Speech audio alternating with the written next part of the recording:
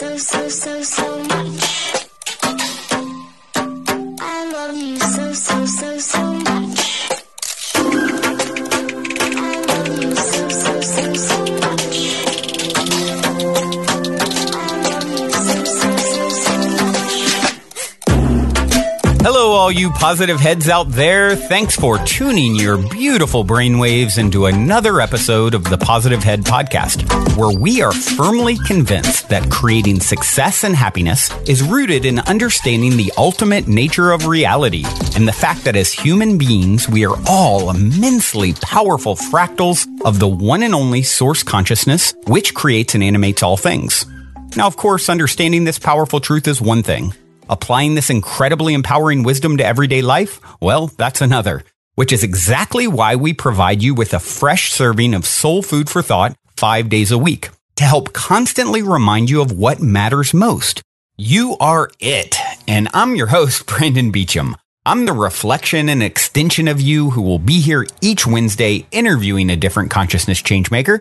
And on the other 4 weekdays, leading the way to ensure that your perspective is consistently expanded, your vibration is constantly elevated, and your heart is overflowing and full. And you guys have heard me say that if I ever run ads on this show, it will only be with a company that I fully support because I believe their intention is to make a positive difference in the world. Well, I'm pleased to announce that day has arrived and that this episode of the Positive Head Podcast is being brought to you thanks to the support of Gaia. If you're not familiar, Gaia is the go-to source for streaming consciousness content online. And you can sign up for your first month for only 99 cents at gaia.com/positivehead. That's spelled GAIA.com/positivehead. Check it out. All right, all you positive heads, on this week's powwow episode, it feels like a dream come true to have Clementina Marie Giovannetti here with me on the show. Clementina is a national best-selling author, a specialist at providing a spiritual interpretation of folks' dreams, healer, and host of Spiritual Wisdom TV. Hello there, Clementina. How are you? Welcome to the show. Hi, Brandon. Happy Valentine's. I know. Isn't that amazing? We get to talk on this day all about love. And I feel like your name is very appropriate too, right? It's very Valentine-y sort of name. So the stars have aligned. So I want to start. We got so much good stuff to talk about here. And but before we dive in, I want to be really, really predictable. Anytime I have someone on, I used to always call these interview episodes, and I decided to change it to powwows because one, I'm really nerdy when it comes to plays on words, and it's more of a, I'm asking lots of questions, yes, but I also have trouble not interjecting a lot to say. So it really is, us talking back and forth a little more casually, but there are some definitive questions I always go to. And one of them is, you're in an elevator. The guy next to you looks over, says, "What's your passion?" You've got 10 floors to answer. What do you say? Two passions. One, I hike every day in the woods, can't live without it. That would be my personal passion. Yeah, I spend about 4 or 5 miles a day in the woods. I have to have that. I have to be in just the natural world. And then I would say my soul passion is waking up people. Love waking people up. That is a wonderful passion, and certainly makes all the sense in the world why you're on the show here, because that is my passion as well. And beginning with my sleepy self at times. But why don't you start with giving us a little background, a little about your story? You've been at this a very long time. Tell us. Long time, Brandon. Yeah. So I just celebrated my 63rd birthday and was born. Happy birthday. Thank you. And I was born in Chicago, Illinois, what some people would consider the ghetto or the projects, a little area called Cabrini Green. Oh, I know of Cabrini Green. I spent some time in Chicago. Yes. Yeah, I spent some time in Chicago. So I remember when I was a kid, my uncle, I would go visit, and he told us many times about Cabrini Green. And if I remember, I have an aunt who loves the show Good Times, and isn't that supposed to take place in Cabrini Green, if I'm remembering correctly, or do you know? Kind of represent, the general community, right, of souls that are so really. I feel very blessed, very fortunate that prior to being incarnated in this lifetime, I chose a white Caucasian body, and I chose mom and dad who were Italian descent, Roman Catholic. And then I also chose the Cabrini Green area, so obviously there was a lot of thought put behind this reincarnation again. And what I find, Brandon, is that a lot of women my age or close to that age that grew up in the suburbs, had the perfect little dresses and bows in their hair, everything that I basically didn't have, they tend to feel sorry for me, when they hear my story, like, oh my God, you had such an awful childhood or a rough childhood. But I don't look at it that way. I look at it as a real blessing, because it was in the challenges of a place like Cabrini Green, where I was surrounded by such intense darkness and intense fear, right? And the volatile every night, gang fights, shootings, gang bang rapes, all of that. This is how I found my light. This is how I found myself at a very early age. You want to talk about contrast. Really find your light, right, when you're in the pitch of pure blackness, darkness. And then you have to I didn't have time to get into an illusionary world. I didn't have time to be, fluffing up my little pretty party dress. I mean, by the time I was 5 years old, 6 years old, I had brass knuckles already. So, wow. And so it was a survival. But, I looked around and I said, so, welcome to planet Earth. I mean, basically.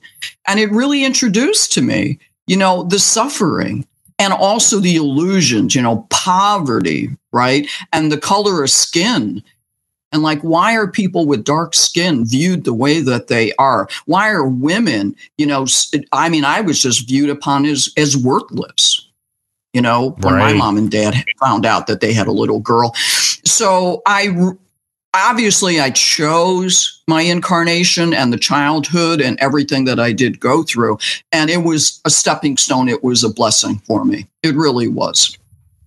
I love that. It was like my bucket list was right from the very beginning. I knew right from there, the challenges already began right from there. And I had to go, rather than outside, I had to go inside to find my inner strength and my own, identity of who I was going to be.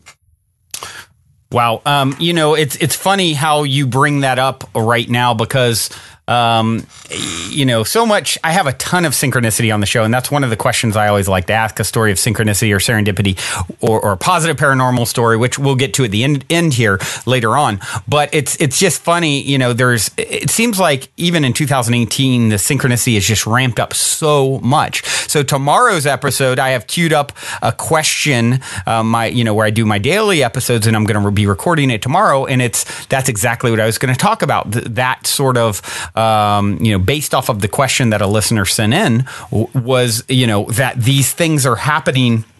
I was actually going to go into David Hawking's map of consciousness and the book Power versus Force, and how, people perceive, maybe someone homeless as, oh, I feel sorry for them, or, that bum should get a job, or wow, what an interesting experience that soul is having. Right. And then another friend of mine, Fawn, who I haven't, seen in a while, her and her partner, Rob, both work with a woman in India, and they've just sent me over information in the last earlier today, about this person that I'm looking to bring on the show. And that's it. She works with the poorest of the poor in India. And basically, it's an orphanage and school. And, that's exactly what her message was when I was watching the video an hour ago. I teach these children that these horrific things they've been through are actually their blessings in disguise. And so it's like these, between a listener question that I'm prepping for tomorrow,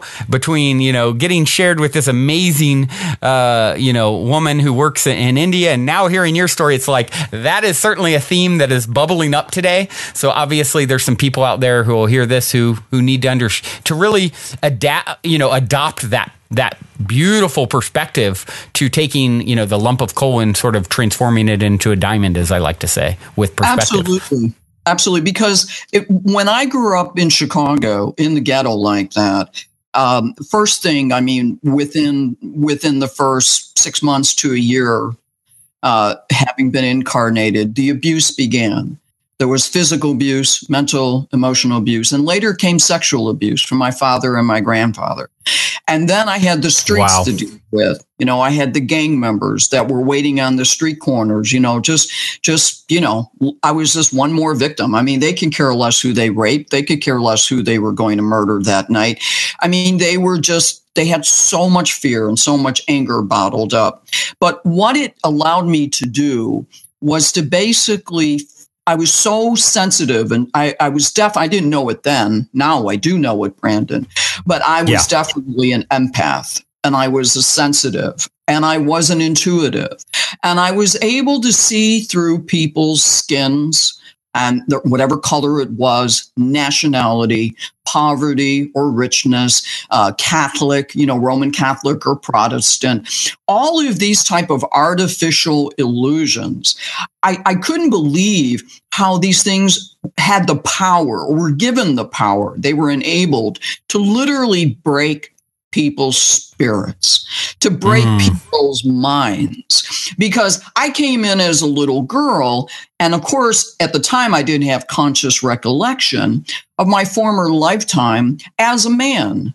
And 2,000 years ago, I was a man. I actually enlisted into the Roman military and eventually became a Roman Centurion.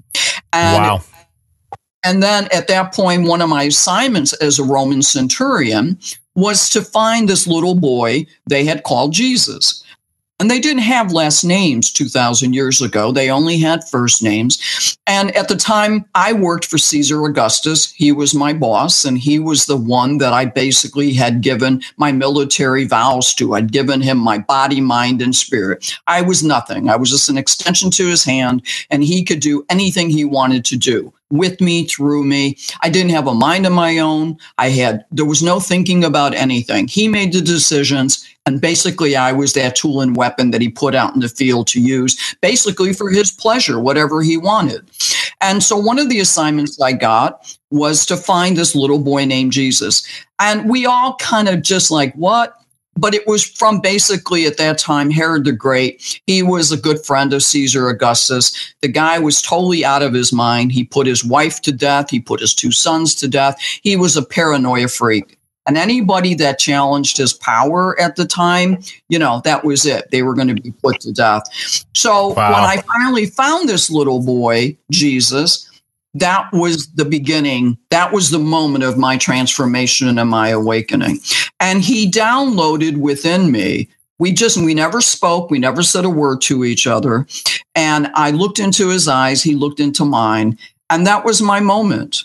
He held such a consciousness that the best way I described in my book and through the actual audio cassette, when I eventually decided to go through a regression in this lifetime about it, was that he downloaded his consciousness in me. He shared his consciousness. He shared his soul with me. Now, would my earthly and you recalled mother, all this. I'm sorry to interrupt, but just to clarify, so for the listeners, this is actually the subject of your book, one of your books, Jesus and a Roman Centurion, a past life memoir, and that's actually how you sort of uncovered all the content of the book, and the story is during a past life regression you did how long ago? Yeah, it was, it was in 2002. And, I always had challenges with organized man-made religions. I guess that's the political correct way. Like, I didn't get it. I wasn't buying what they were teaching. I wasn't buying what they were trying to indoctrinate into me, as well as even as a little girl. But I didn't understand why. It's like, well, if I don't get it and I don't resonate with their teaching and I seem to know, like, quote, the truth, or I have a different flip on it, then where did I get that information? So I really didn't have a conscious recall. It was just a state of knowing. That was what I had, Brandon. So then in 2002, all of a sudden, like a typical, we get up in the morning and I'm dashing into the bathroom and brushing my teeth and brushing my hair.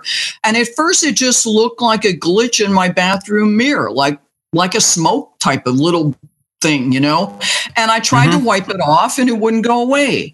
And eventually after a few weeks, it just grew and grew. And then one day it took form, a full image actually imprinted itself through the mirror. And it was a man. Yeah, it was a man. Now I'm little. I'm only like 5'6", and I'm pretty petite and small in this body, in this lifetime. But this man I called an antiquity man. He was not a modern man. He wasn't anybody at all that I would have met recently in this lifetime. And he was like a barbarian. I mean, he was so large, and you just knew from the size of his arms. I mean, my God, this man was massive, and he could literally kill somebody with his bare arms. And at first, of course, I was taken back, because now I can't see my image in the mirror anymore. And I'm like, and this man is staring me down, and I'm like, okay. And so identify yourself, and like, what's your intention? And so he said, we need to talk. And I'm like, okay, like, are we going to talk here in the mirror? Right? Like, what do you mean? Wow. Right. And so, but, I am so out of the box. I mean, I have been out of my box since the day I incarnated in this lifetime. So I'm like, I'm game. And after a lot of just, discernment, right? I said, okay. I mean, I've had ET contacts. I mean, I've dealt with a lot of different forms, let's say, a lot of different consciousness and different forms, and showing up in all different kinds of ways, okay, to communicate with me. So this man in the mirror was really no different. And finally I said, I think I need to go through a past life regression. I kind of had a hunch, Brandon, that this guy had something to do with some kind of past life. And so I found this girl. I wanted to make sure she never heard of me. She didn't know anything about me. And I didn't dare tell her about the man in the mirror. And I just said, yeah, I'm just coming in, just be fun to find out if I had a past life. Ha ha ha. And that was it. I mean, I really played stupid with her. And I just, I sat down in the recliner chair, and, the first part was really nice. She put me in this deep relaxation, it's like, oh, this feels great. And then she says, okay, on the count of 3, what do you see? And there he was. There was this antiquity man, and he was dressed in militant clothes. And then I later realized it was a Roman Centurion clothing. And I was separate. I was the current me, kind of like in a astral body. And I was just in the room watching him, and he was strapped to a chair like a prisoner almost. His ankles were strapped, his wrists were strapped, and these other Roman centurions were interrogating him and asking him, how can you betray us? How can you betray Rome? How could you betray Caesar? And he never said anything. The next thing you know I became the Roman centurion, like we became one. Yeah. And so the regression continued. And once she realized the time period, when she realized what she was dealing with and the military assignment that I got to find Jesus, of course, I don't know how often a regressionist actually gets to experience like that firsthand, a moment like that in history. So, of course, she took me back to the actual moment when I met him. And all of it is recorded. And of course, I'm crying throughout the regression. I mean, it was just like mind blowing. And I share that. I share my actual raw past life regression through an MP3 link through the actual book. So when you get the book, you get the MP3 link, and then you could actually listen to this past life regression. And so when I'm actually looking into the eyes of a 2-year-old child named Jesus, I'm describing everything. I'm explaining everything, his whole entire consciousness. All right, so now we take it back to, and by the way, because I didn't betray and bring him back in and all of that, I was put to death within like 24 hours. Okay, not the first time I got put to death. So I'm back, and now this time I have a personality, and I'm a girl named Clementina. So do you think, Brandon, my mom and dad had any idea that I was a Roman centurion 2,000 years ago? A man, right? Probably not. No. So that was, and do you think all the guys in the gangs hanging out there? But the residual consciousness, it's like after lifetime, right? Your consciousness is a collectiveness of every incarnation that you've had and all the personalities that you had.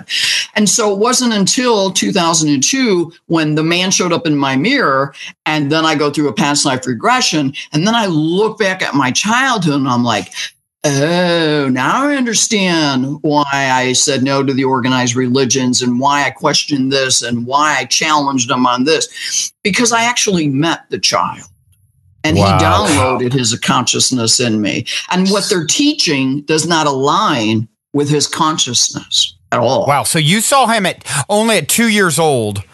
2 years old. And he didn't say a word, and you just, within 24 hours coming back, you basically admitted, I found him, but I would not harm him, or is that sort of how it went? I was supposed to bring him back. I was supposed to retrieve him, bring him back to the palace. And they're not going to, I was just a soldier, so they're not going to tell me everything, right? But basically the intention was, if I had to take a guess, an opinion, educated opinion, they probably would have just put him in a cell and that would have been the end of him, because that's what we did back then 2,000 years ago. Anybody at all that challenged Caesar, the Roman Empire, either they were crucified, executed, beheaded, whatever, or they were just thrown in a dungeon and forgotten about, basically. They were just control freaks.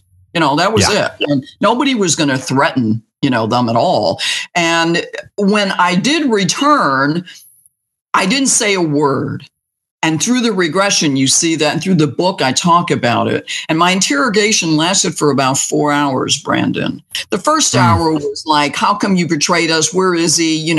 And what does he look like? Where is he? And I never, from the moment I got back, and I left him, and from the moment I got back on my horse and rode back to the palace, I was completely a changed man. He had totally dissolved or dematerialized the Roman centurion. I mean, it was kind of like, I was completely transformed. I was completely awakened. Yeah. And when I got back, they saw it right away. They saw it in my eyes. They saw it in my face. And they're like, what did he do to you? And I never, ever, for nearly 4 hours, I never, ever said a word. I never replied. So for the first hour, they were beating me up, and where is he? And what does he look like? And da-da-da-da-da. And what did he do to you? What did he say to you? How come you betrayed us? But then the second and third hour, they were freaking out. They're like, wait a minute. I was like 38 years old. I had been a centurion all these years, a soldier since 17. And they started thinking, this is just a 2-year-old little kid? How can a 2-year-old little kid do this to one of the Roman centurions? And what did he do to me? How come he could just change my mind? Every vow I took, this was my whole entire life as a Roman centurion. And just like that, I betrayed everything in 1 second, just in his presence. Yeah.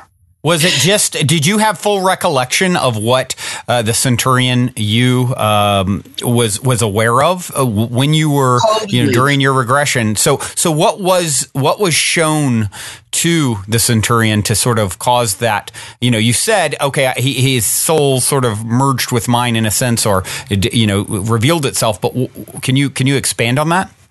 He showed me, Brandon, the world, a consciousness, First of all, he showed me our potential.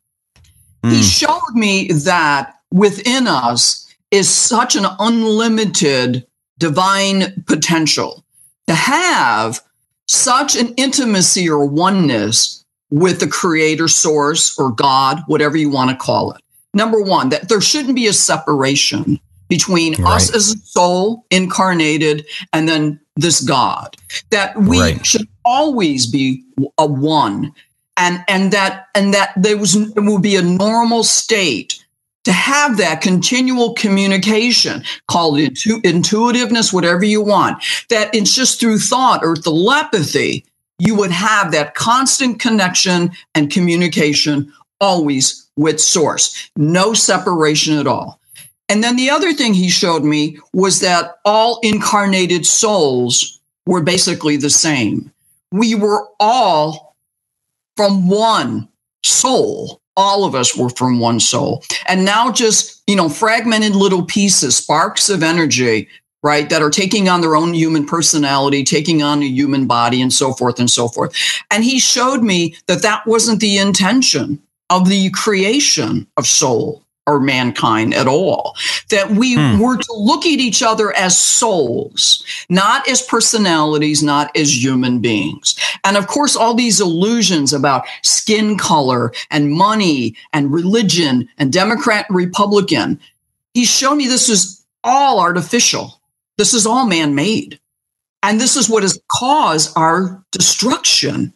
It's like a disease because we're not living in the synchronicity of our souls with our own mind, our own consciousness. And we've allowed ourselves to just sever ourselves from that and then created all of these artificial realities, all of this illusion and fear. It's like, so the reality that I was incarnated. So imagine I went from that and then I was beheaded in that lifetime. Then I reincarnated in this lifetime. And imagine, and I chose my parents who were totally disconnected and Roman Catholics and alcoholics and sexual abusers and physical abusers. I chose the gangs. I chose the ghetto. I incarnated in one of the darkest places of Chicago. And yet I carried such a profound light and wisdom and awakening in me as a soul and saying, oh my God, the contrast between what that child gave me and seeded in me and now the world that I'm actually, that I've stepped onto, that I'm in again. Right. And I'm looking around going, what have they done to themselves? Why are these people, I mean, why do they even believe in this stuff? Why? Right. Because it's only destroying them. That's all that it is. And chasing after the money and how did these white-bodied people, get in control and take these dark-skinned people and put them in bondage and slavery and like animals? And it's just like the contrast between the awakening I had with this little boy 2,000 years ago, knowing that that is our full potential, that is in fact what we can become and manifest on this planet, because it happened on this planet. It was on Earth. He was on Earth, just outside of the Rome. So it's like, but then you incarnate and you're like, what planet am I on? How is it possible, right? That I'm in a human body. He was in a human body. Then I incarnate again, and to experience this, when it's just a very dark, voided of nothingness, barbaric consciousness on the planet right now. This is nothing at all what our potential really is. We are so far from what we can manifest and express through ourselves. Do you feel like there is a sort of a light switch going on, an awakening happening where people are, more and more people? You've been at this a very long time. This exact work. Yeah. And, 40 years of this content. And, I'm assuming you've seen a big change in spite of the contrast of, positive and negative polarities on the planet. You're seeing a big uptick in, people interested in hearing this podcast, for example, and tuning into that sort of information. let's face it. I mean, if this was any other time, maybe even in the 20s or 30s, I probably would have already been put in jail for what I just said. Okay, to you.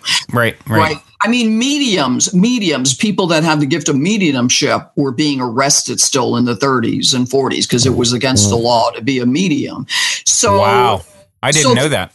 Yeah. Oh, yeah. Mediumship was illegal in the United States in the 20s and 30s and 40s. And that's when they were starting to do their kind of work and tapping and so forth like that. And they were being thrown in jail. So it's is there what I see is that the souls are awakening. And I think a lot of them that are awakening are reincarnates. Like I've had a lot of people that had died through the Holocaust that have reincarnated and then come to me as a client because they're getting flashbacks. And they're like, they're trying to put it together because not everybody can just say, yeah, I get it. That's right. We reincarnate, not everybody is there. That's not a matter of fact reality.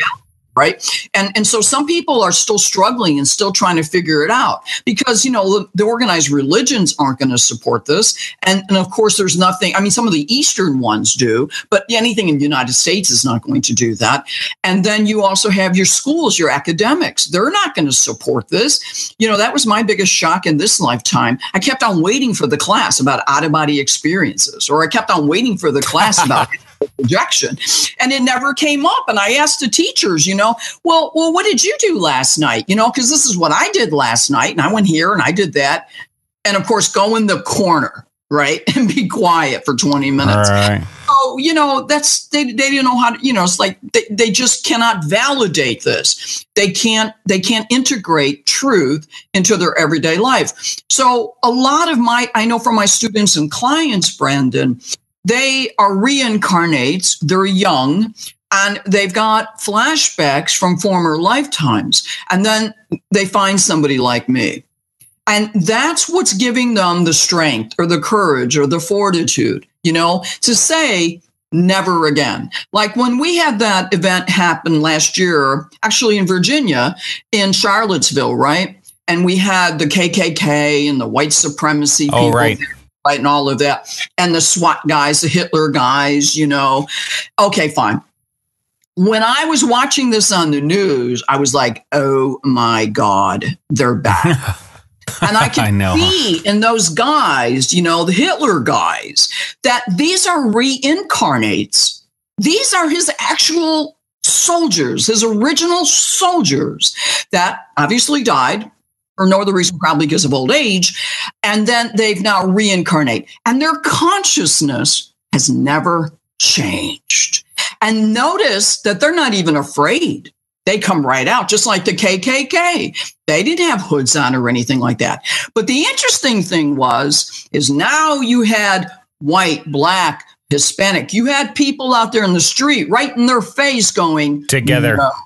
Right. Yeah. Never again. And I knew those souls were past reincarnates of their previous victims. These were the people that they did put to death, or these were the Black Afro-American people they did lynch or barbecue alive. And now they've reincarnate and they've awakened and they're like, never again. And so you had both consciousnesses on news, on the CNN, face to face. It's amazing. History is attempting to repeat itself. That's all it's trying to do. But because, thank God, there are souls that have gone through terrible deaths or persecution in the past, they're saying never again. And they've come back with an awakened consciousness, and they're taking their power back because they lost their power before. And now they're taking it back. So is there a break in the illusion? Yes, absolutely. And then you've got our Donald Trump. He's a character.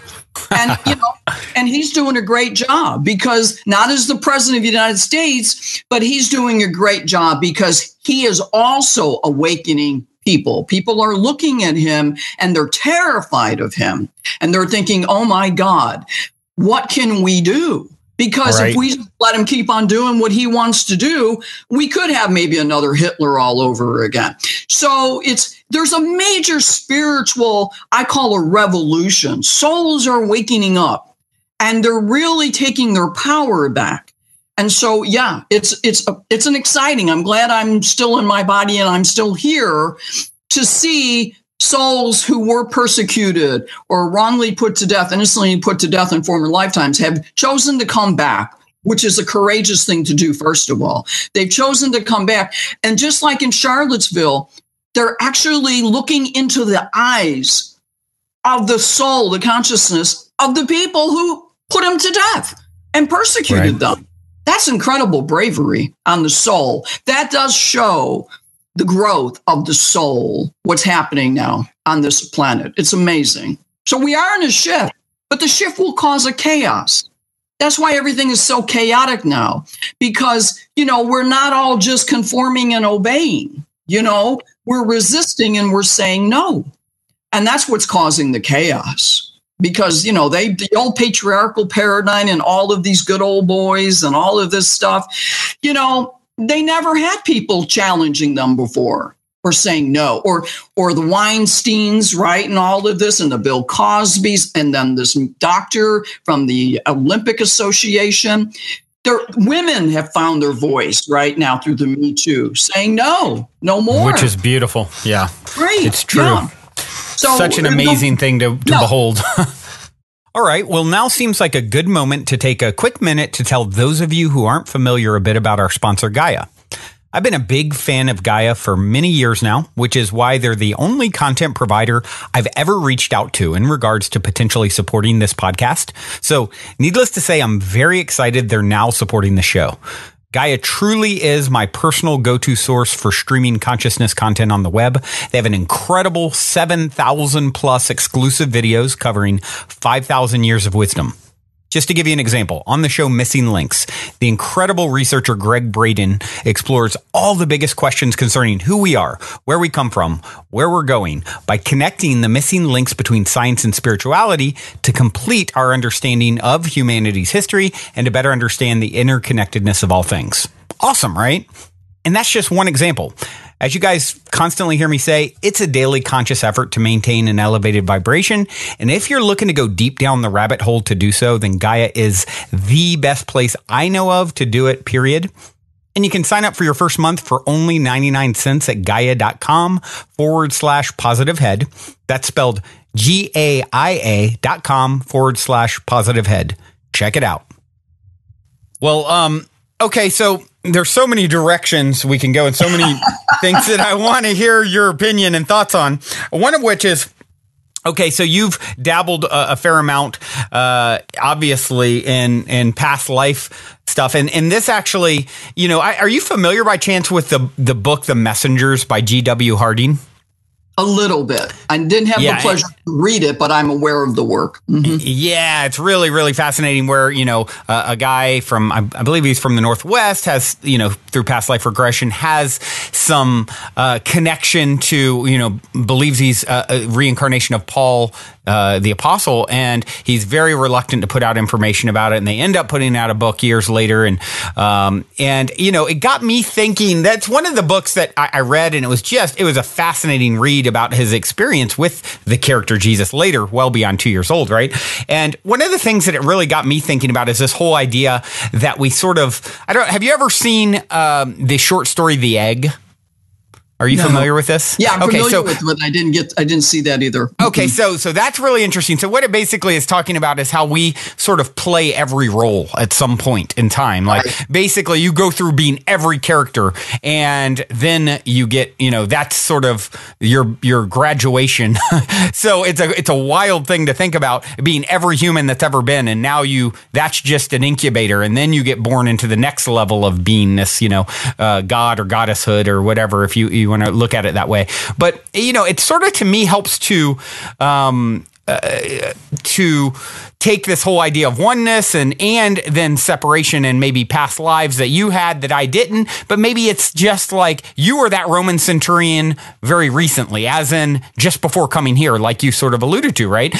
Whereas I've played that character. So, it's all one, it's all God, it's all source, whatever you want to call it. But then that divides itself into soul, packets, if you will, and then those individuations of source decide to play the game of, life on Earth or wherever else, in this case, life on Earth. And then you go through and you actually, as you learn your lessons and upgrade, then there are certain characters or avatars that you are a vibrational match to that you can be next. And it's not necessarily linear either, right? So maybe I'm Brandon now, but through the work I did here, maybe, I'm someone who does have even more impact, a Buddha or a Jesus or, someone, but, it's in the past, but that's me too, right? As well as Paul the Apostle or this Centurion or, having been Hitler, as well as the people that he killed and, sort of played every role. And I think that's a really fascinating sort of way to look at it and ponder, how this thing really is set up. And it's one that it's one that really rings true to me, and sounds true, feels true as a perspective on how it works. And I'm curious what you think about that idea. Yeah, thank you. It's excellent what you just shared, and that's why we are to love our enemies. That's why we're not to judge anyone. That it's because when clients come to me, there's that immediate, oh yeah, I remember. Really? Mm-hmm. Because once I read their Akashic record or I read their soul, it's like immediately I'm there.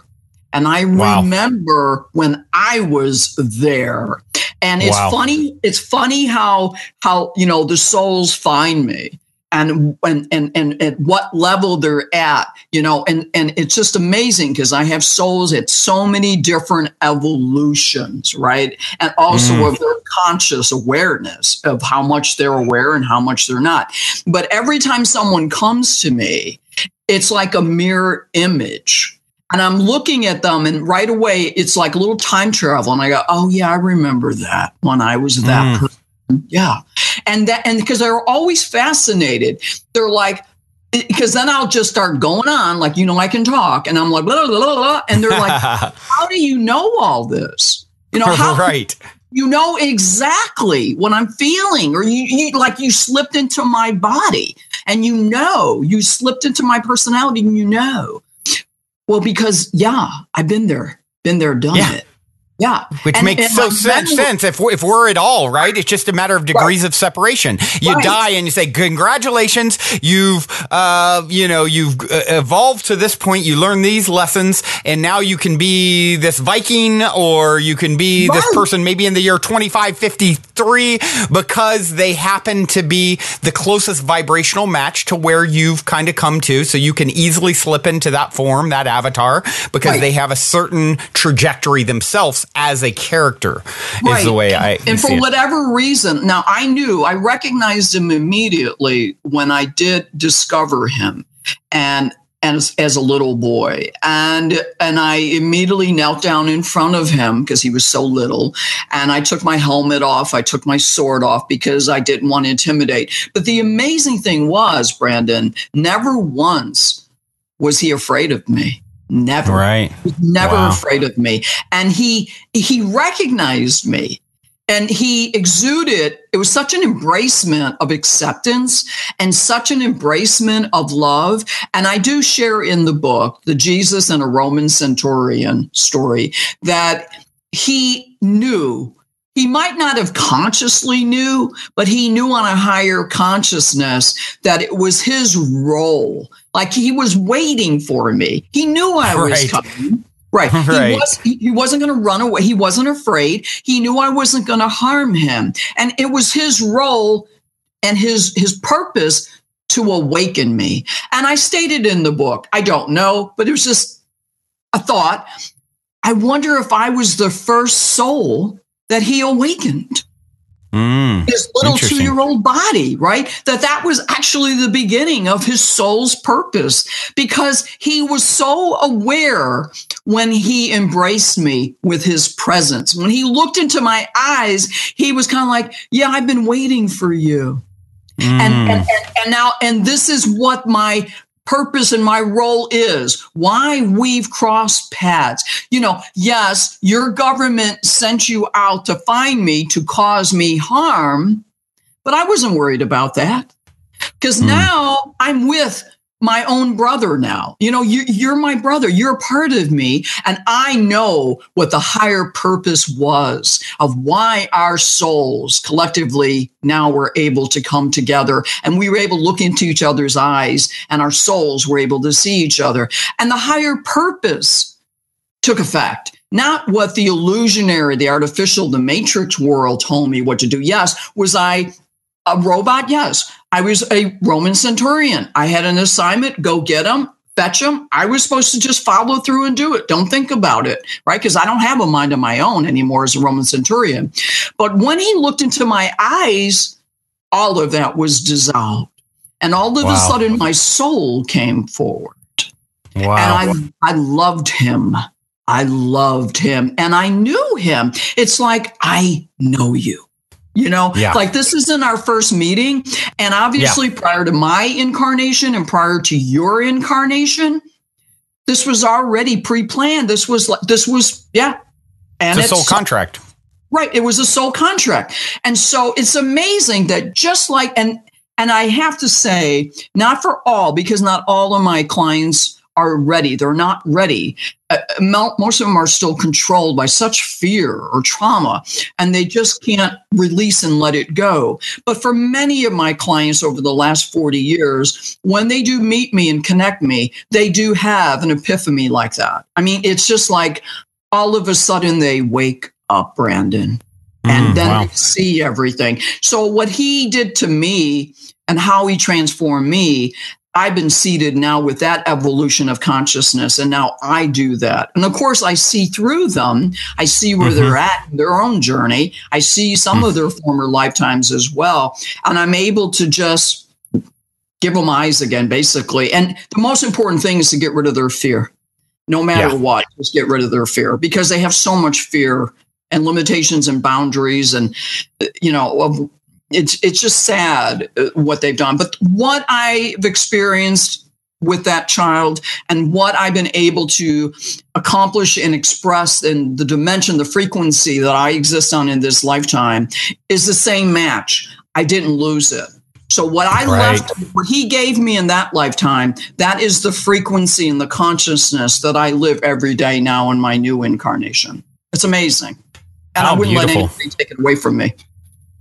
Yeah, and I really feel like you're so spot on with that. It's like once you plug in, however that's happening, whatever, in your case, you have like this definitive defining moment with this incredible, historic figure who, but it's sort of known. I had someone on the show who had talked about being in the presence of the Dalai Lama and how that had a really profound impact energetically on a friend of his who had just been in the room with him, and it like shifted him. Or you hear about these sorts of things, with a Buddha or and I feel like any human, as you mentioned, we all have the potential. Jesus himself, at least according to the recorded words, in the Bible, anyway, he says, you will do greater things than I, right? Like we all have that potential in us. And, I've had the same sort of experience as I've had my own awakening. And, it's sort of like, I love talking about this stuff so much because I'm instantly in the vibration of this higher frequency, if you will, and it's like the ultimate high. And so you start having the effect of one of the most powerful experiences in my own life was someone going into sort of like convulsions and a channeling and bringing a message through to me in a very dramatic fashion. And that was part of what that was brought to me, is like everyone that you touch, you'll transform.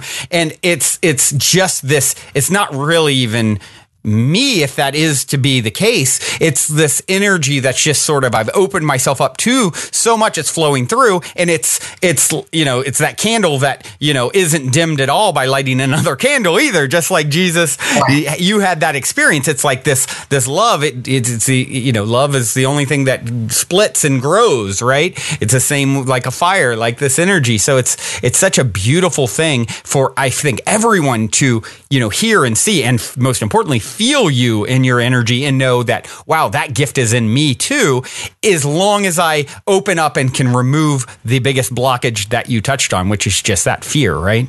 Fear, right. And that's the whole thing, is that the world, the matrix, artificial reality, whatever you want to call it, has gone out of their way, Brandon.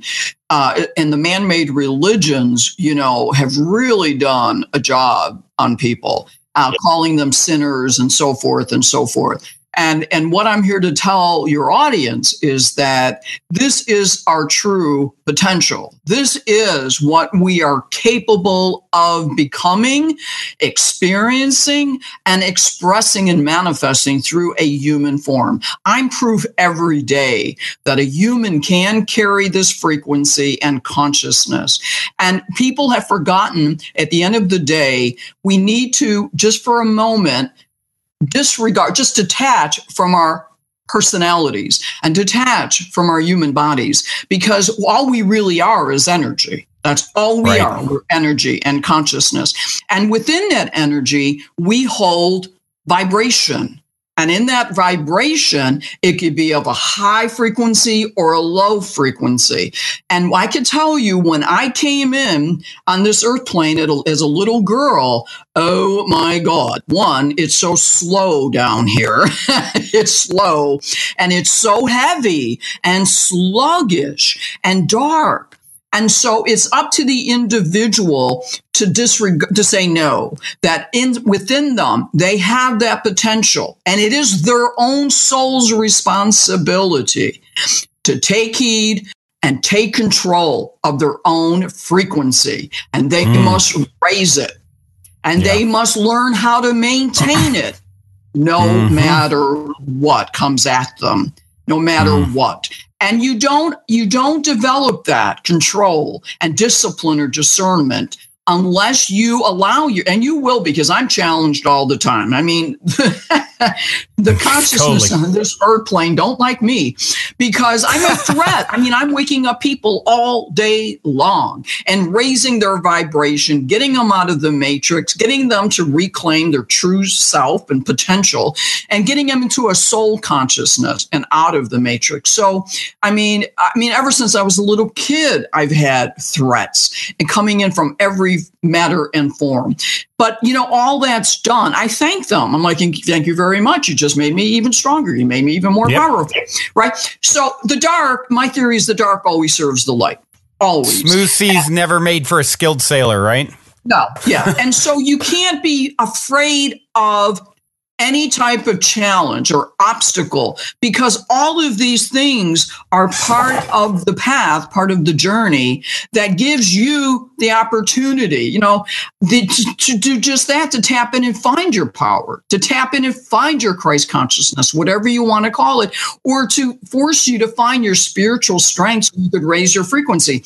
But, a lot of people, I don't know how they got into this. They think by just lighting a candle and, singing Kumbaya, and they don't want to deal with the dark. They don't want to deal with evil and I really believe, obviously I died before Jesus became an adult.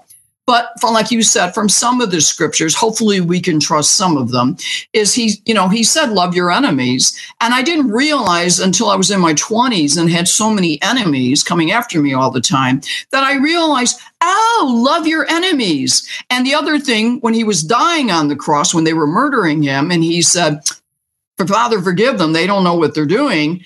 They don't know what they're doing, because if they knew that they were, in fact, being used to awaken us and for us to raise our frequency and to become what I have become in this lifetime, my enemies would have never attacked me so much because they've made me so strong.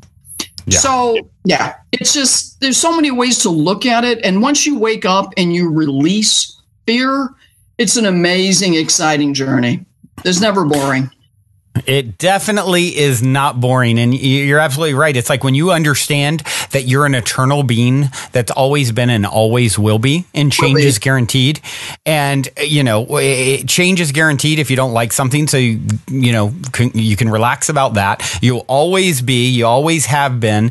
It's like you can sort of relax into, any issue that's ever come up, you've dealt with and moved through. And that never stops. So, I feel like if people can just take those basic understandings and apply them and remember them in those difficult, trying moments, it can really help to sort of, remain in the eye of the storm, if you will. Yeah, and know that we also have been given birthright, free will, and free choice. Use it, exercise it every minute of the day. And, everybody has free will, free choice. And everybody, like my story, I get all kinds of reactions, right? The Catholics and the religious people, they're not jumping up and down with a smile on their face that I'm claiming that I actually knew Jesus 2,000 years ago and that they've got it wrong and the stuff that they're teaching is not truth. So I don't make friends, but that's not what this is about. I'm not here to make friends. I'm here to hold a certain consciousness. I'm to hold the light. And for those who are ready to awaken, great.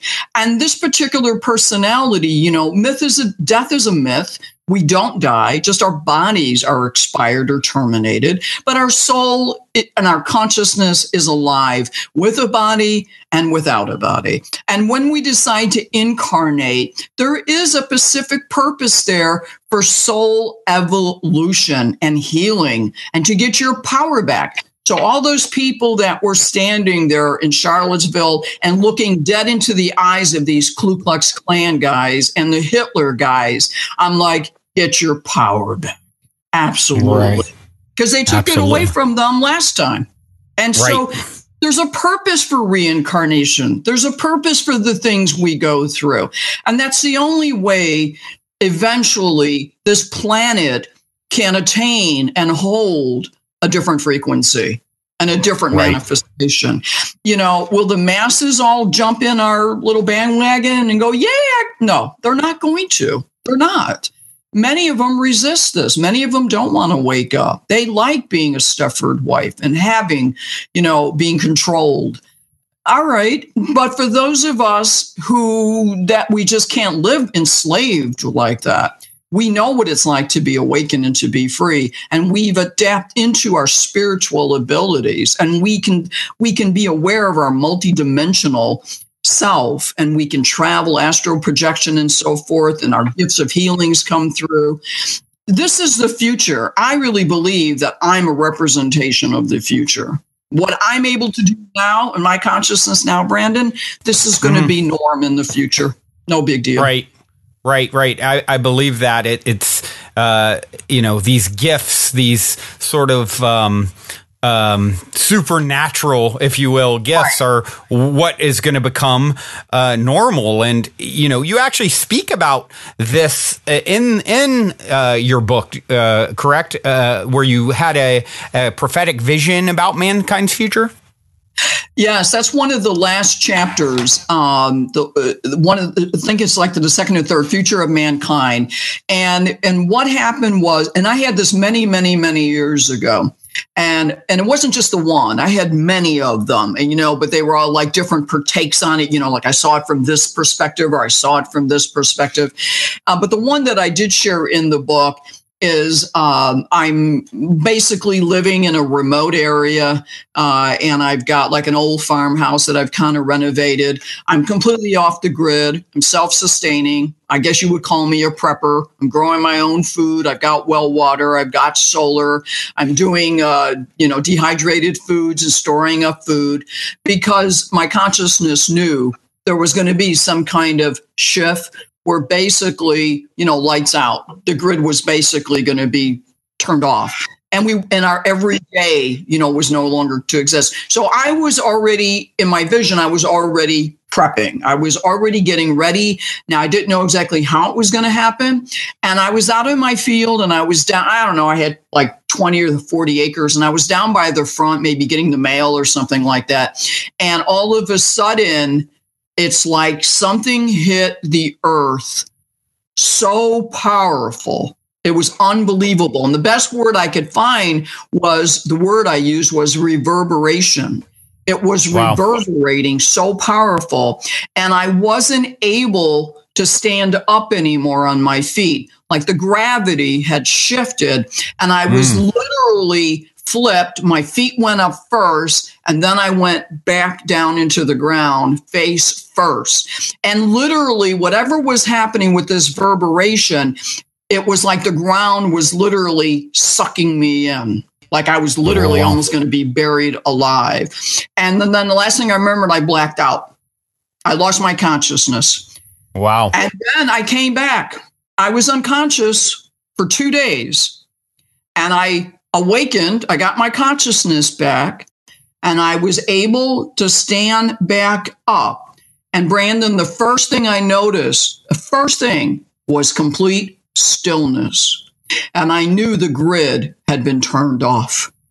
Because you can hear electricity if you're really attuned to it, right? And you can hear air conditioning, right? And you hear cars. You know, you can hear mankind stuff. There wasn't a sound.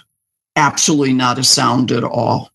And I started walking down the country road. My closest neighbor was about, I don't know how many acres away. And I said, maybe they know what happened. And I went out to their farmland. Nobody answered the front door. And then I walked around to see if they were in the barn or whatever. Nobody was there. And then I finally found the sliding glass door was open. And when I walked into the sliding glass door, they were in their home, sitting down in like a recliner couch, and they were both dead. And it was like their necks had been instantly snapped. The reverberation just snapped their neck. And then I remember just coming back up the country road, telling myself, like, it's happened. I always knew it was going to happen, and it's happened.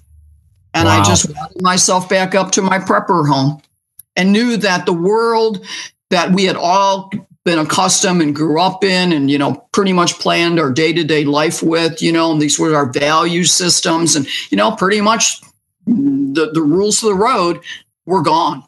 The world that we knew was completely gone. Now, I don't know. Was it a meteor? I don't know. Was it a nuclear bomb? I don't know. It reminds me of what some of the native people talk about as the pole shifting, and that there would be a couple days, there will be a couple days where you can't move. And I don't know if you've ever heard any of this, but that's exactly what.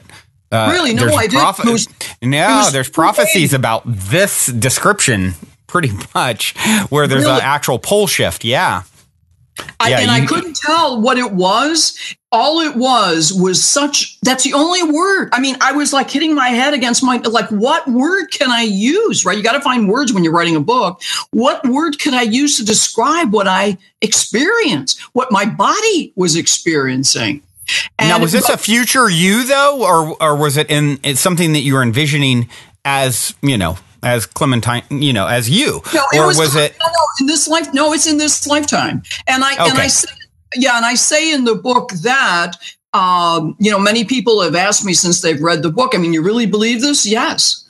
Well, when do you think it's going to happen? I've said, to be on the user-friendly side, I've said within 20 years. Mm-hmm. But if it's just me and you talking, I would say 10 to 12 years, it's going to happen. Mm-hmm. Wow. Yeah.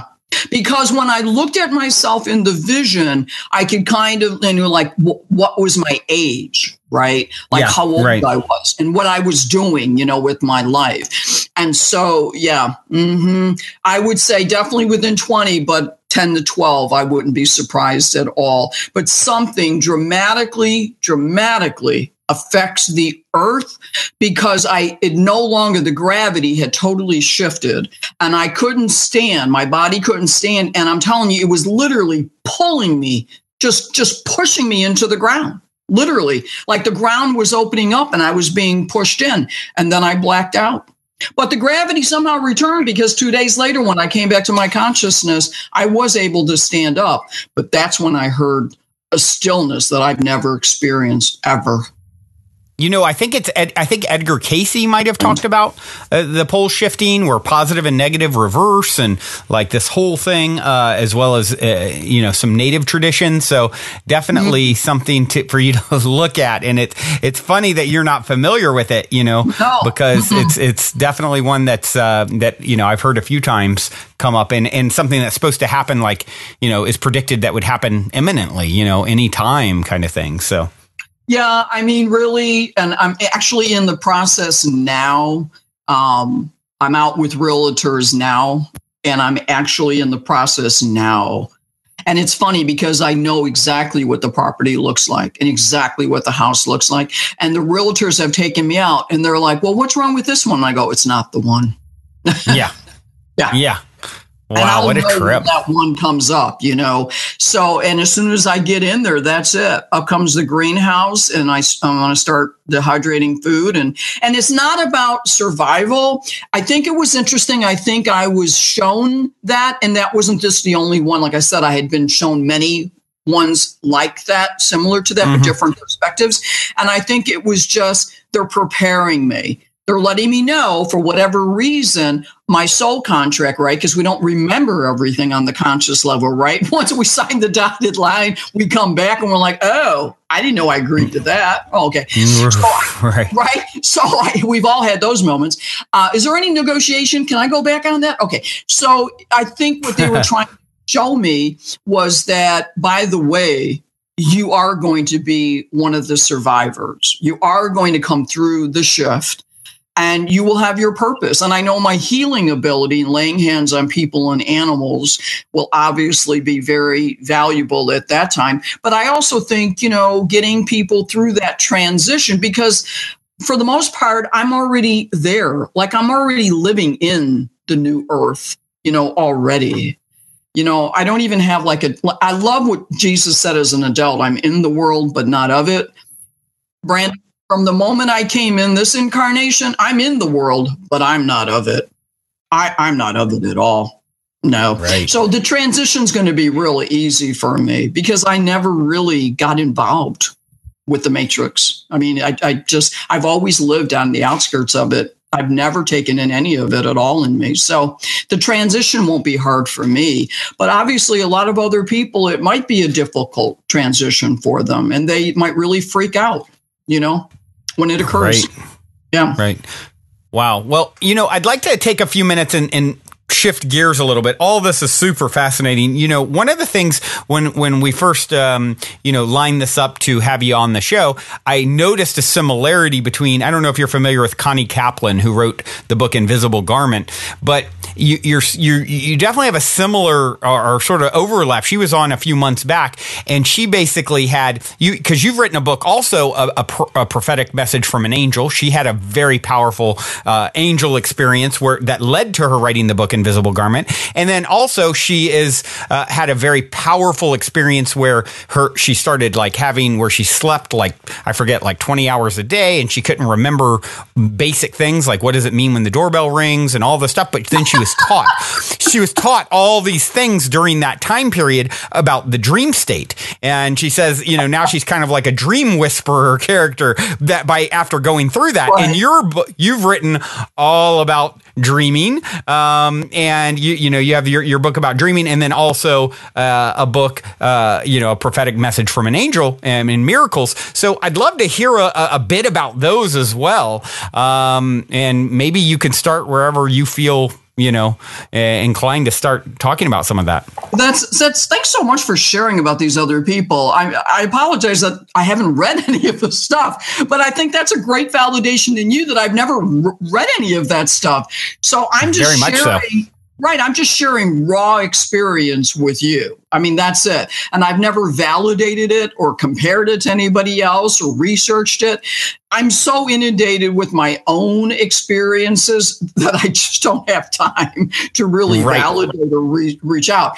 But so the interesting is the Roman Centurion, I was 38 when I met Jesus, and that's when they put me to death. when I was 38, almost becoming 39 years of age in this lifetime, that's when I had I had angelic experiences in the astral plane, but not necessarily on the third dimension, on the physical frequency where an angel actually appears to me. And so she appeared to me in a 100-year-old barn in the middle of no place in Blue Ridge, Texas. And the next thing you know, I was catapulted in another dimension. And she basically, that's totally. Exactly what happened to Connie. They appeared. Oh, she was sitting on her father's deathbed, and all of a sudden, someone walked in the door. She turned around. There's angels standing there, and then they catapulted her into another dimension. Like if people go back and listen, it's like the exact same kind of thing. What a trip! Yeah. So, and that's the only. Again, I had to find a word, right? I think that might be the same word she used. Yeah. At first, I thought I died. Like I was having a heart attack or something like that. That's what she thought too. Yeah, and at that point, I'm like, okay, that's fine. No problem. I'm going home. Okay, but then there I am. I'm in this other dimension, and I really didn't know what was happening to my human self, but I was there in soul in my astral body, and there she was. And she said, that because of my love of God and my faith and blah, blah, blah, blah, blah, blah, we're going to send you back, and you're going to have the gift of healing.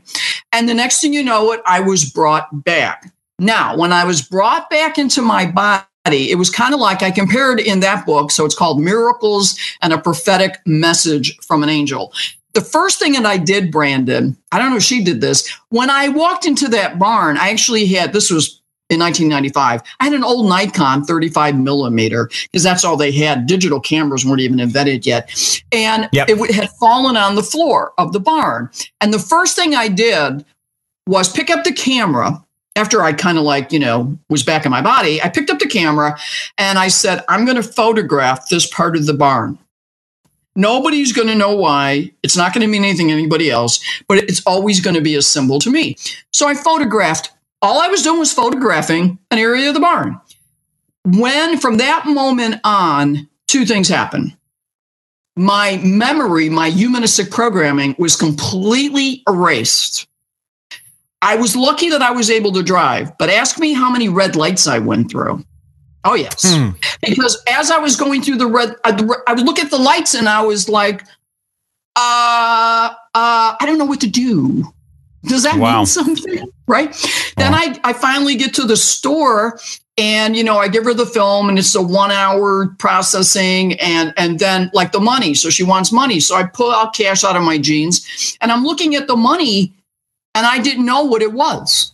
I had no idea. I'm like, is this what you want? And I literally just handed her my hand, is this what you want? Like crumped up paper. I said, just take whatever you need. From that moment, I couldn't even look at the word the. I didn't even know what the meant. So somehow through that when I was catapulted like that, whatever they did to me, whatever awakened in me, unfortunately or fortunately, I lost humanistic programming. And I had to reprogram myself. But the interesting thing was, like in the movie Field of Dreams, when he, cleared out, hear the voices, and he cleared out his baseball field, right? And then all of a sudden the baseball players, started coming. And then, he was going through foreclosure and all of that. And then all of a sudden, cars started coming. Well, that's exactly what happened to me in Blue Ridge. People were just showing up in the middle. I had this little tiny nothing 100-year-old farmhouse, didn't even have air conditioning or heating where I was living at the time. And people were just showing up, their cars were literally just pulling up in front of my driveway. And they were knocking on the door.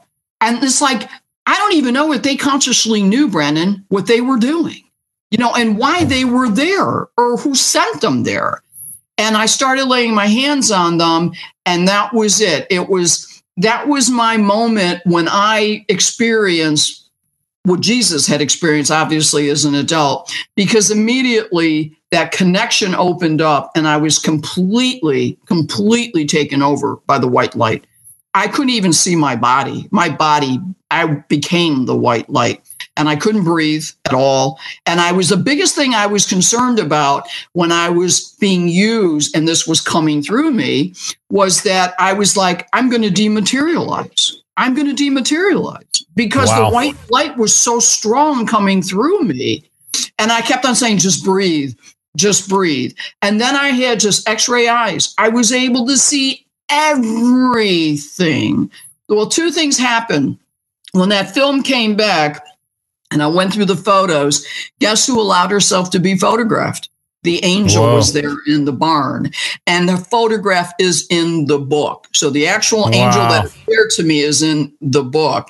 And it's just, and then when people started taking photographs of me laying hands on people or animals, the white light, that's all it is. You can't even see me. You barely see the perimeters of my human self. I become literally the white light. And they don't see it with their eyes, but when their film came back, there it was. And that's in the Miracles and a Prophetic Angel. Yeah. So to say I'm not normal is an understatement. And I'm proud of it too.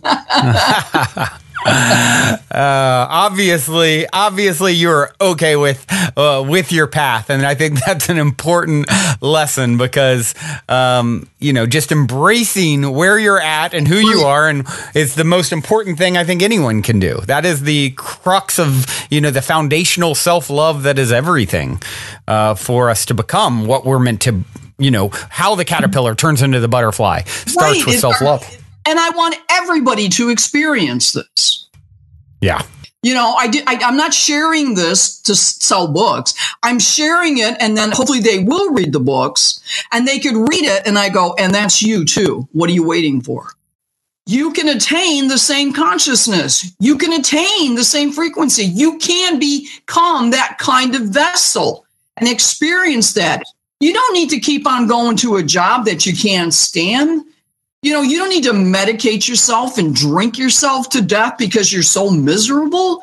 I mean, the potential, the freedom to unlock your true soul consciousness is there. What are you waiting for?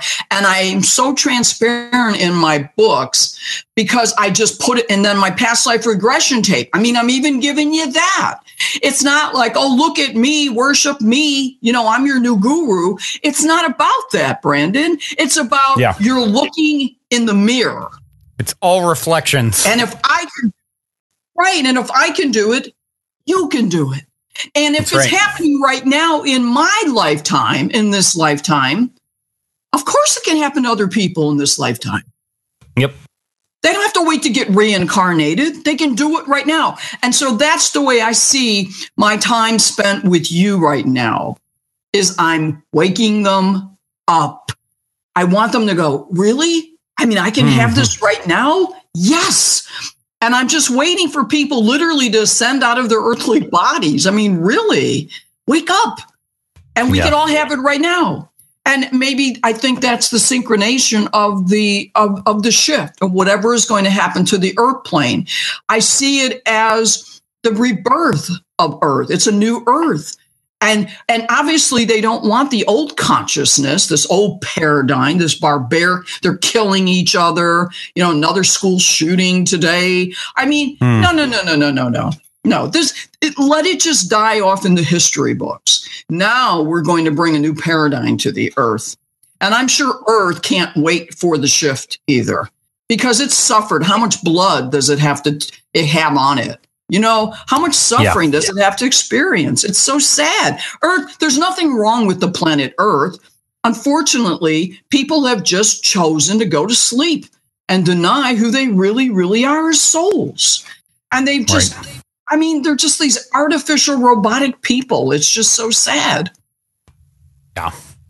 Yeah. Well, and of course, that is part of the journey. I believe in, the human adventure, is having the experience. You can't really fully appreciate that what you are until you've sort of had that contrast, right? And that's really the question is, you are it all. What part of it all do you want to experience next? Whether you think you can or think you can't, you're right. And you are, a fractal of the creator. You are the created and creator rolled into one. What are you going to do next? You want to stay asleep? Stay asleep. It's, from one perspective, perspective, it's sad. From another perspective, you're just pretending, and it's inevitable that you come to this point that you wake up and take back your power and fully experience the pinnacle of what it means to be human. And I believe that's why we all came. Anyone certainly tuning into this broadcast is here and they're tuning in because they're close enough, resonance with this information that they're ready to say, okay, enough with disconnection, enough from disempowerment, enough with all of that part of the journey, that part of the story I'm done with, and I'm ready to come back into my power. Absolutely. And stop denying who you are and what you are. Absolutely. Right. And your true potential. It's okay to play Halloween. It's okay. Right. But I mean, like, how many lifetimes, right? And look at, the earth. I mean, this is a mirror reflection. Look at the wars. We got the nut in North Korea with the nuclear bomb threats, right? Like I said, we had another shooting today at another school. Last count, 17 children have died. I mean, we had Hitler, who took out 11 million people. God only knows how many people the KKK took out. Really? Yeah. Okay. Yeah. So, I mean, like, we can shift history now. We can change the manifestation and really, I don't even know why there's so many souls incarnated on Earth right now. Every time I drive to to a store, it's like, oh my God, they're building and building. And I don't look at it as real estate. And I'm like, all these souls? Mm-hmm. Wow, right? All these souls? And so, I mean, obviously they all want a front row seat of the shift. That's what I would say. Right. And but my God, to know that most of them aren't going to make it, and we don't know what, in fact, how they're going to, transition or whatever. But it's just, oh my God, it's the potential here. I mean, I don't know. I've come back to Earth again, but it's amazing. I'm even surprised that, I got another ticket to come here, because it really doesn't have a great reputation. I mean, really, it doesn't have a great reputation. Oh, you're going back to Earth? Oh, great. Yeah. To get robbed. Burned to death, hung to death. I mean, guillotined. I mean, what thrown in prison? What's your choice of pleasure? Yeah. Right. I mean, it's not a happy place, So let's turn it into a happy place. And I don't see it as the end of the world. I've never seen it that way. I just see it, it's just I think it's just the awakening. It's a transition, and it's a different consciousness and different manifestation. And and I'll throw in a little bit more to really stir the pot. The humans are so, the government with this whole conspiracy about aliens and all that, blah, blah, blah, and all that. Okay. So, I mean, also I've had other visions of the future Earth. I mean, this is galactic. It's going to be intergalactic. All kinds of consciousnesses in different forms after the shift will be coming to Earth. And so, Trump, I mean, really, like, he wants to build a wall, and it's like $32 billion or something to keep out the Mexicans. Okay, the poor Mexicans. God love them. I love them.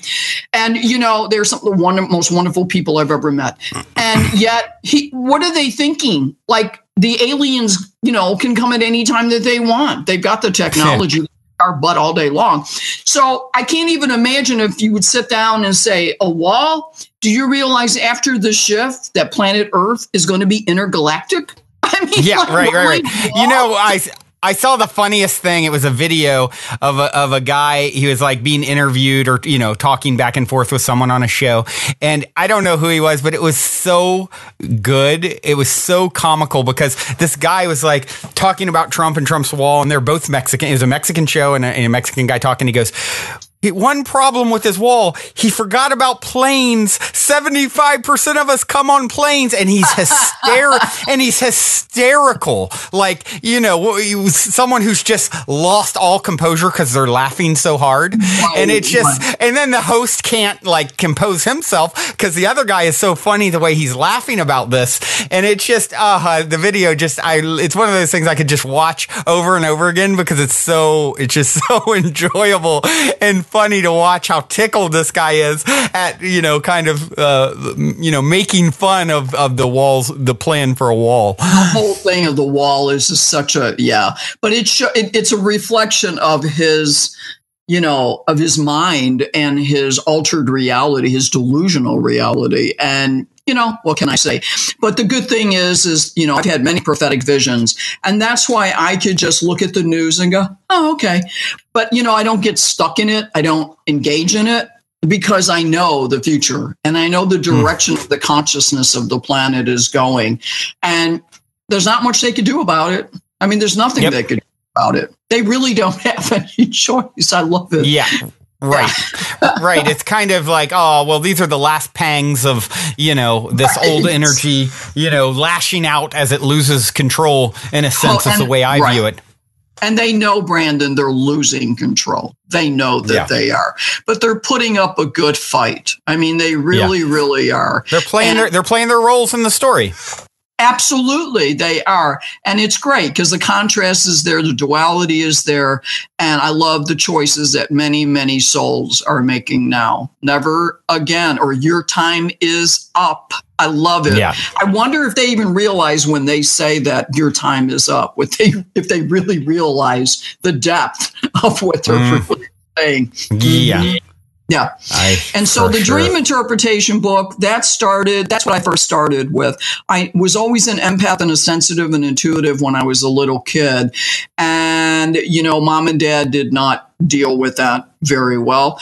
And one of the examples, I was 5, that I share actually in the Centurion book, was when I would, that was the beatings and all of that were pretty intense. So when mom and dad said to go to bed, I was like glad.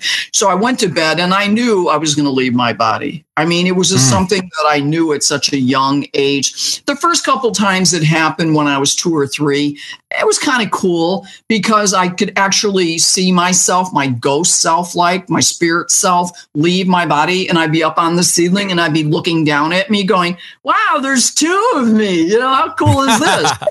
I mean, I thought that was pretty cool. And, and I waved goodbye to me in the bed and waved goodbye to my teddy, I'll be back. And so I thought everybody did this, I thought this is why you went to bed, so you could leave your body and go travel in the astral plane. Wow. That was just my reality. It was like, yeah, I'm going to bed. See ya. You guys are a pain in the butt. I can't wait to get out of my body, And so long and behold, one night I was 5.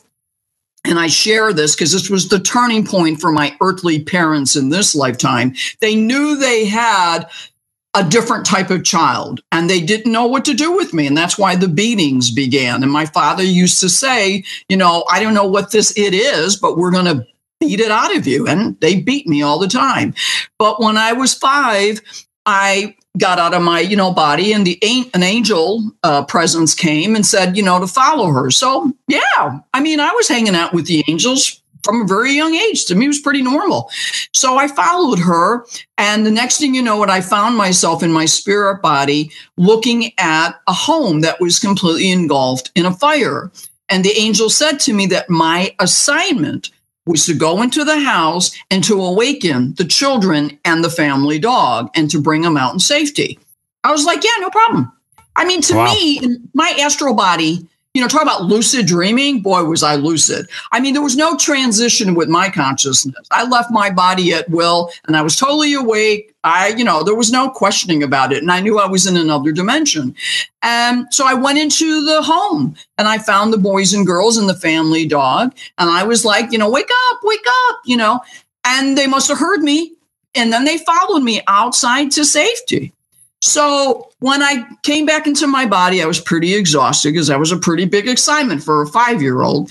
And when I waddled back up to the kitchen table the next morning, Brandon, looking for some Cheerios or something, I was like, wow, I had a big assignment last night. I had to go in this burning house and I had to wake up the boys and girls, but I did it and I got them out first. And I even got the dog, to follow me. Mm-hmm. Well, my father, I didn't realize my father was reading, as he always did every morning, the Chicago Tribune, and he was actually reading about the fire that had taken place, like in the late evening, 11 o'clock, 12 o'clock, 1 o'clock in the morning, and about the family. And I was telling him all the stuff, right? What happened and the children and what I said and about the house and all that. And he was reading about it all in the newspaper. Oh, wow. Well, he was freaking out, and he was shaking like a leaf, and he put his paper down. Well, my mom was in the kitchen as well. And her response was, I told you she was possessed by the devil.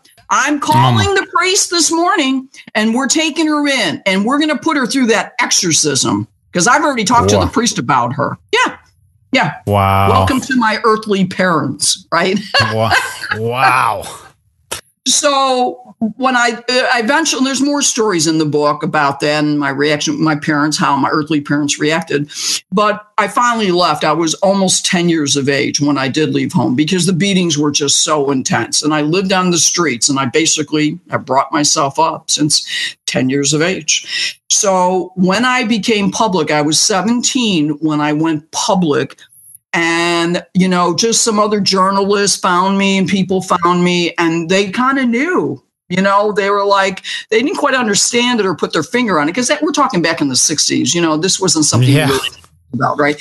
And plus I was a girl, so that kind of threw them off a little bit. And one day, somebody gave me an opportunity to come on the radio show, and it really was with the opportunity to talk about my childhood, living on the streets, and how I overcame all my iniquities and my challenges, and where did I find this courage? Where did I find this fortitude and strength?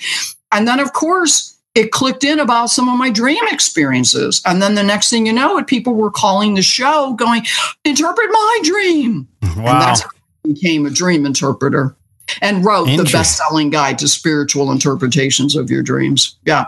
So as I mentioned, Connie Kaplan, you really should look her up, because there's some incredible overlaps in your journeys and stories. And, after I had her on the show a few months ago, I am someone who I don't have a lot of dream recollection, but when I do, I've had some prophetic dreams, and I've had some powerful dreams, not a lot of lucid dreaming or out-of-body experiences that I recall. But right after I spoke with her, I had a really powerful dream, and I would love to share it with you if you're up for it, and just see what your okay. Well, so I just had Connie on a few months ago, and literally like the next night or something, I'm sitting in a tree with there's people behind me. I'm sort of in the, where the bottom of the tree, sort of the branches first start coming out, is like the base that's normally maybe 8 feet up, or 6 feet up on the ground. I'm sitting in that little wedge in this giant tree, and I'm hanging out there. And then above me in the branches, there's other people, but I never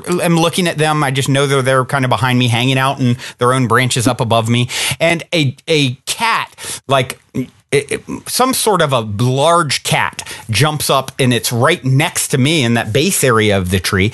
And it's kind of got like camo-ish fur. It's like a bobcat, or bigger, even, closer to like a jaguar or something like that. But it's strange in that it has like almost camouflage-ish, fur. And I'm sitting there petting it, thinking, wow, this thing is so majestic, and unusual. And I'm petting it. And then I'm for a moment, I get fearful. I'm thinking, oh my gosh, this huge thing could tear me limb from limb right now. And then I stop and I think, nope, don't give it any fear. This thing is beautiful. It's loving.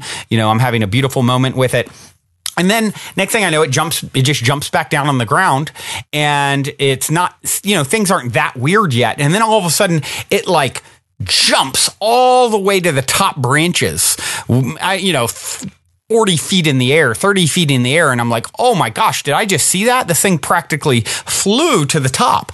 And then it's up there for a few moments, and the other people behind me are like, oh, wow, and they're kind of like giddy-ish energy, laughing and happy. And then it jumps back down after a few moments, and it shape shifts into a man.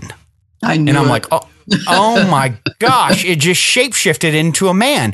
And I went up to it. I jumped down, I ran up to it, and it was like, had to like shake his hand. I was like, oh my gosh, that was such an incredible spectacle. Thank you so much for sharing. And he just, was very kind of solemn and, accepted me shaking his hand or whatever. And then, I came to. I woke up. But it was very vivid and very powerful. And it was right after I'd had her on talking all about dreaming. And so, yeah, curious what your thoughts are if you have any. I kept on saying, as soon as you started describing this form next to you, I was like, it's going to shapeshift. It's going to shapeshift. I was just waiting for it to happen. And then you finally blurted it out. So thank you. That's my first shape-shifting dream, by the way. Wow. I've never had one before or since. Cool. So. Yeah. So, it really is a declaration of a very high frequency, very intense frequency that it's showing you that it's not about our forms, number one, at all. And human consciousness, or what we would call or refer to as human consciousness, is not just also restricted or limited to take human form. Consciousness can take any form. And that's one proof or validation that you got in the shape-shifting, that it's a form of consciousness. And our consciousness can take, if you want to use the word, it's hard for me even to say the word animal, but, something different other than a human form. But it's showing that we also, our soul is multidimensional, and that it can be here and another part of it can be there. And it could also be there. So I know when I did healings as well, and I was doing them long distance over the phone, a part of me actually left and just a fragment of me and went the distance, and I materialized in an astral body to be present and actually laid my astral hands on the person, and they could see me. And they would say, I see you. I feel you.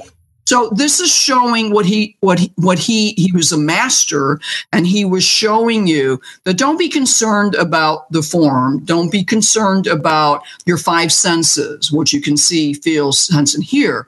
It's about consciousness, and consciousness can manifest in any forms, and we have the ability to extend our consciousness as well in long distances, so that it's not just like it has to maintain or contain in one embodiment and it has to be in a human body. Absolutely not. We're, at the end of the day, like I said earlier, we're consciousness. But he was showing you your potential as well. Like, this is what I'm a mirror reflection to you, Brandon. This is what you're capable of achieving, and you can do it anytime that you want. If you'll just switch it on, you can do this. To know that you can travel at a distance, you can astral project, even in your conscious awake state. You can, part of you can travel to another physical dimension, to be in the room with somebody that might need you, to assist, to aid, whatever. Or even like there's intuitives that can travel, right? They do remote viewing.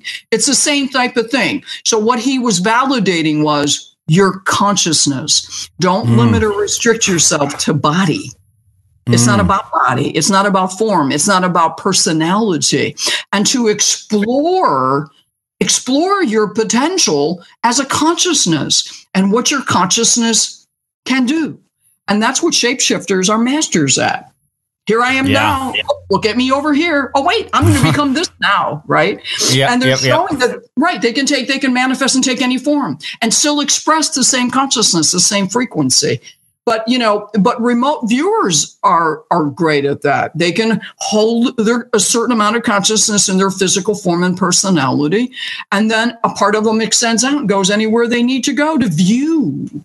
Right. And then they can bring that back. It's almost like, a special communication line. And it comes right back to their human consciousness, and their personality will go ahead and just communicate. And I see this and I see that. So our bodies are just machines. I mean, they're there for the consciousness. And so that's what he was trying to show you. Look beyond your form, look beyond your personality. As you say that, a couple other things occur to me. One was he was camo right? So that it plays in exactly to what you're saying, right? I'm like a chameleon. You can sort of change with the environment, if you will. And then the other thing that it just kind of jumps out to me in this moment as we talk about this is, you know, I was enthralled by him as I was close to him and petting him. And then fear started to come in. And I was aware that that was, you know, something that I needed to squash. And of course, it's the same kind of thing, right? It's like, how can you sort of experience some of these things unless you overcome that fear factor? And that's part of it too. And the judgment, the preconception. Oh, this is an animal. Right. And see, that's where the illusion comes in. That's where people get misled and trapped. They you know, a group of girls, white Caucasian girls, walk down the street. And then all of a sudden, maybe not so much today, but I can tell you back in the 50s. OK, let's take my mom's generation and my grandmother's generation back in the 50s. And, you know, they're just going to a grocery store. And then all of a sudden, a group of black boys start walking toward them. Instant fear. Right. Instantaneous fear, you know, because that's their perception. Is it correct? No, it's just what they have been programmed. So when you were next to the animal, it was it was just a hologram is the best word I can use, right? It was a hologram. You weren't really seeing the consciousness, your energy, your consciousness first was resonating with a consciousness that was embodying in that hologram of an animal. But then when you started getting human and your personality was becoming analytical and you're saying, wait a minute, your personality is telling me I should fear this. I should judge it or perceive it, right, as such. And then thank God he said, oh, wait, I got to find another way to get to this guy. And he shakes it. And becomes right. Your fears are invalidated. It's like something that you were afraid of anyway. Why were you afraid of it? Because that's not what he really was anyway. He wasn't even that animal. Right. And you know, in that moment, I had that moment of fear started to take over. And then I was like, no, stop that. That's nonsense, you know? And so I was having that inner struggle between these two perspectives. Right then, you know, and then he stayed for a moment as I went through that internally. Then he jumped down and put on the rest of the display. But it was funny because, it was wonderful. And, you know, what was funny is the next day I wrote Connie because, you know, I just had her on recording. Who knows? Maybe I'll have another amazing dream now that I've connected with you today. But guaranteed. Well, I'm ready. I'm ready for my next shape-shifting adventure. You know, I wrote Connie the next day, and what was so fascinating, I didn't say much about the people behind me, and she said, if you didn't see their faces, they're your soul family that you're meant to sort of connect with in this life. And I thought that was a really interesting idea, and she brought it up like, oh, well, if you didn't see their face, I'm like, no, actually I didn't. It's now that you mention that they were just there, but I never looked at them. And she was saying, you know, basically saying these are souls that are in physicality that are sort of, you know, nearby and that I'm linking up with or going to link up with. And that we have, you know, close ties, if you will, to some degree. So I forget it. I think she said soul family, something she used terminology wise to identify their connection to me. But I thought that was really interesting. I'm wondering if you've ever heard anything like that, or, you know, because that's something that she just kind of grabbed onto on her own, not knowing that was indeed my experience.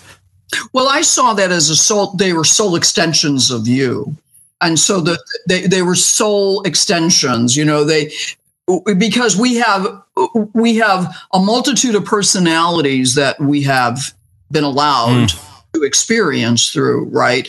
And then we have other souls along the way, right, that we have done the dance with, right? They may have been our brothers or our sisters, right? And then in this lifetime, shape-shifting, they're in new forms, okay? They're completely different forms, but they're the same soul. So I think it's all relevant. When I saw them around you, I'm like, oh, these are extensions of him. Some of them, I felt that they were part of previous personalities. So your soul your soul that had been able to experience and learn through different personalities. But then I also saw the support system, which probably was similar to what she was seeing, that these are souls that you have integrated with in other lifetimes as well. And that, and they're just a part of you again now. And it doesn't matter what form they take at all. Right. We're all really shapeshifters, because I was a Roman Centurion, a man 2,000 years ago, and now I'm an Italian girl. So I've shapeshift my consciousness. Right. You definitely have. You are quite the shapeshifter to connect with, Clementina. You have been amazing. I do want to ask, as we wrap this up, so much fun talking with you. I feel like I could go for hours and hours. What is the best way for people to connect with you?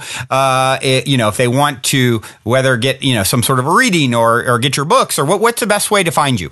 Right. The best way to find me is through my website, and it's www.spiritualwisdomtv.com. spiritualwisdomtv.com. And my private sessions will be on there, how they can connect and get an appointment. My books, so we got Jesus and a Roman Centurion, a past life memoir.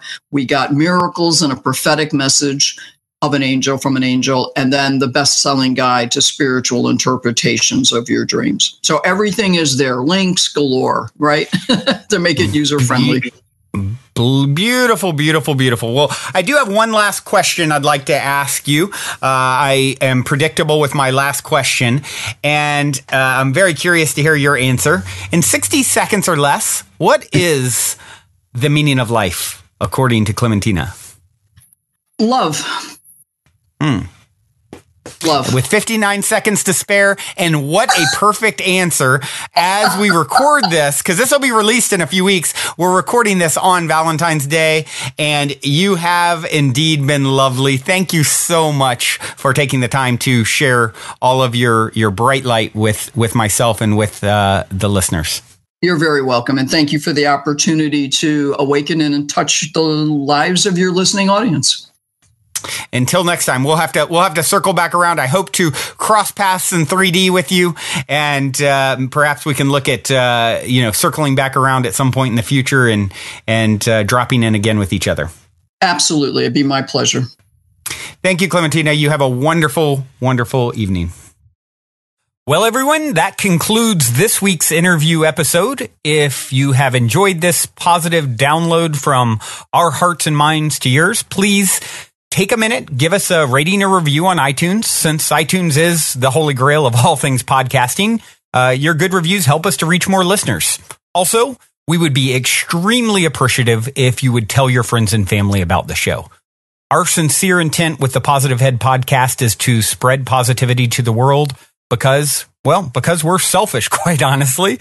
I say that jokingly, but really only halfway joking. I'm referring to the good kind of selfish based on the knowing that we all get what we give in this life, because when we give, we're actually always giving to extensions of self, since we're all really one in the same consciousness, just in different bodies. So if you want to be a good selfish along with us by helping to spread the positivity, by all means, please proceed to shout about the Positive Head podcast from your rooftop.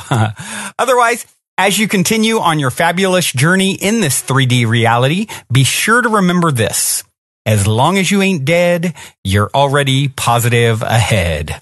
Journey well, everyone, and thank you for being.